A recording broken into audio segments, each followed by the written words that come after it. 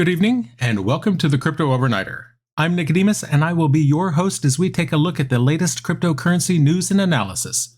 So sit back, relax, and let's get started. And remember, none of this is financial advice.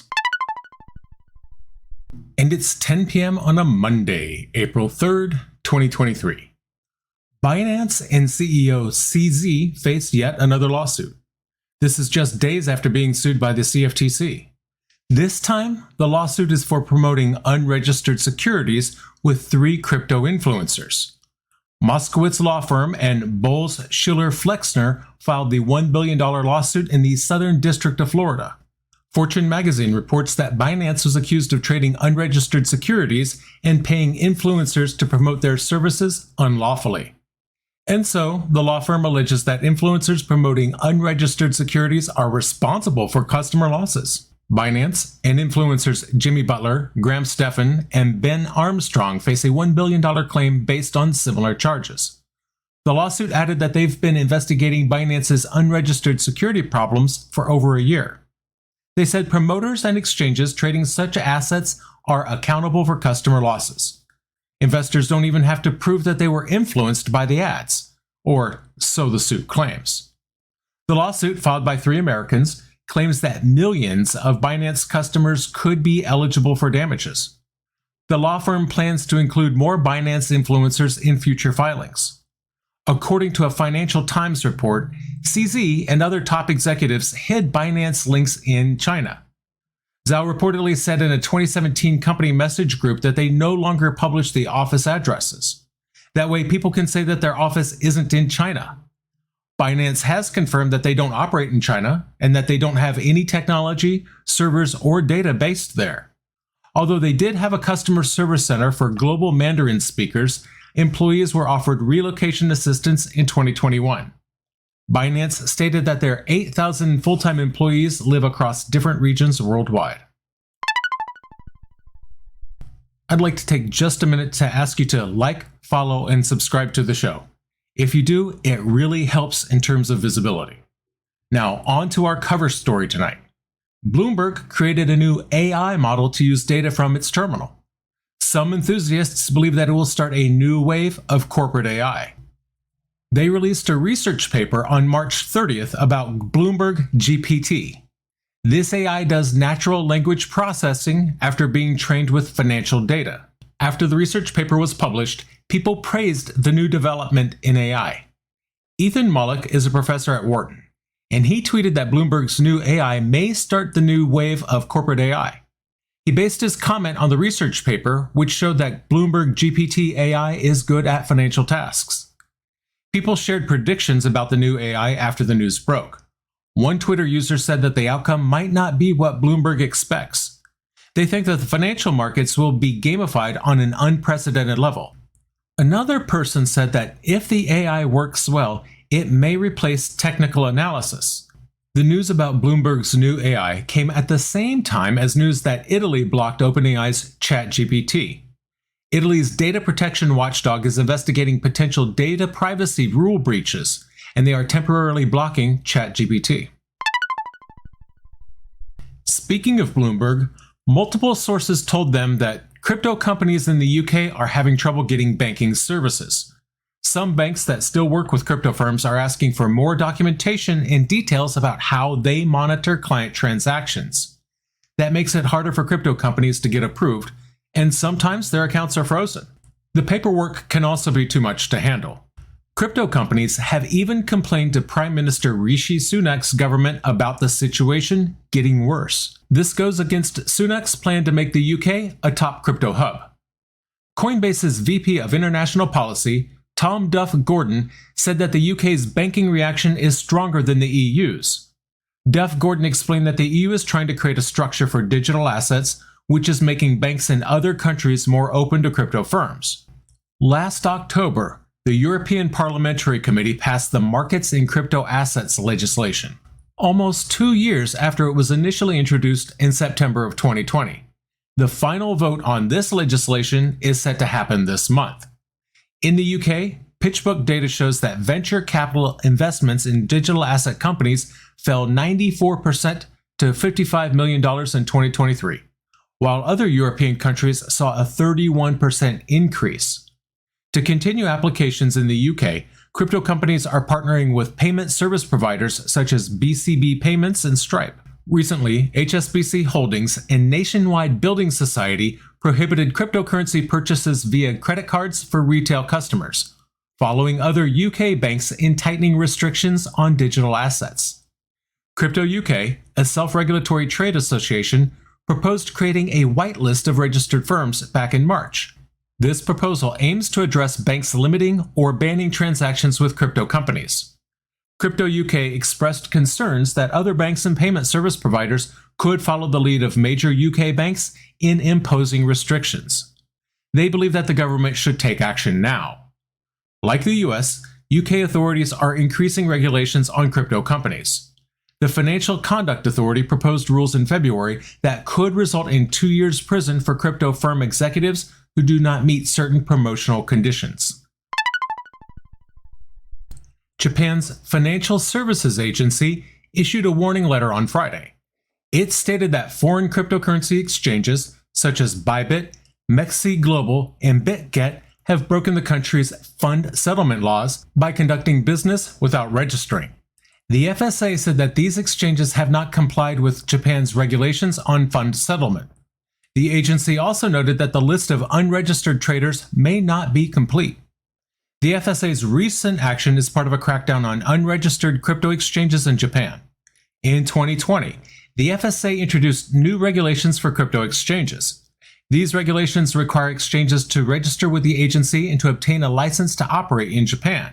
The FSA's warning to crypto exchanges is a sign that regulators in Japan and other countries are paying more attention to the cryptocurrency industry. Regulators are concerned about the risks associated with unregulated crypto exchanges, such as fraud, money laundering, and market manipulation. Japan is developing new regulations for the crypto and Web3 sectors, but the country has not been as strict as larger economies like the United States. So in a way, this is kind of like the situation with Binance with operating without proper permission. Vitalik Buterin wants faster verification on the blockchain. He hopes to build zero-knowledge Ethereum virtual machines on the first layer of Ethereum. In a post on March 31st, Buterin explained that this can be done without hurting decentralization or security. By using ZK proofs, Ethereum virtual machines can perform smart contracts on the blockchain. Ethereum is made to be decentralized with a multi-client philosophy.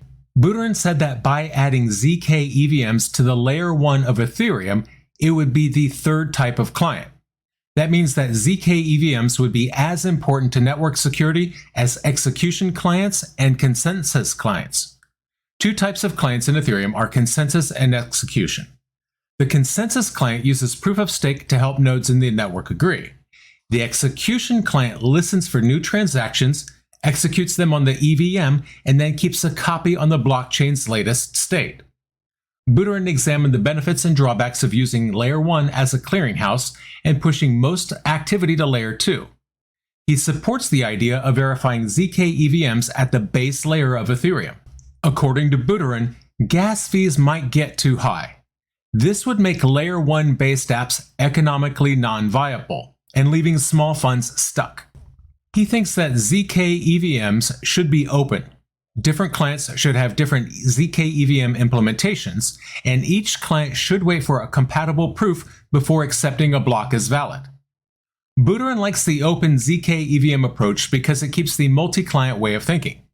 It would also allow for new clients to be made, making Ethereum more decentralized at the base layer.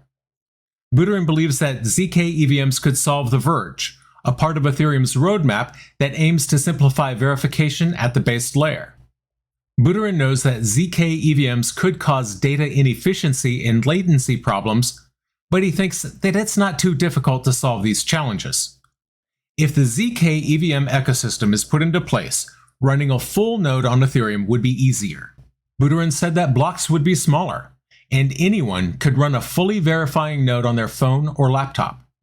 This approach would keep the benefits of Ethereum's multi-client philosophy. Polygon, a Layer 2 scaling platform for Ethereum, has made significant advances with its ZK EVM. They released their ZK EVM as open source software to the Polygon mainnet on March 27th. They said that this will lower transaction costs and increase the speed of smart contract deployments. Several other companies, including Starkware, Consensus, Scroll, ZK Zinc, and Immutable, are also developing ZK EVM scaling solutions. A survey by Independent Reserve found that 43% out of 1,500 Singaporeans own some cryptocurrency. This is up from 40% last year and equal to the 2021 adoption levels. Of those who hold on to their digital assets, 77% own two or more of them. They invest in multiple assets to diversify their portfolios. Singaporeans' knowledge of cryptocurrencies has increased, with 91% of respondents saying that they're aware of them. Bitcoin is the most recognized, with 87%, followed by Ethereum at 51%.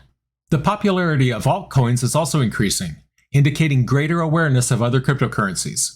Independent Reserve Singapore's CEO Lasenka Pereira sees this as a promising sign for the industry. As more investors gain exposure to the innovative utility and potential for real-world applications, cryptocurrencies can be adopted more widely.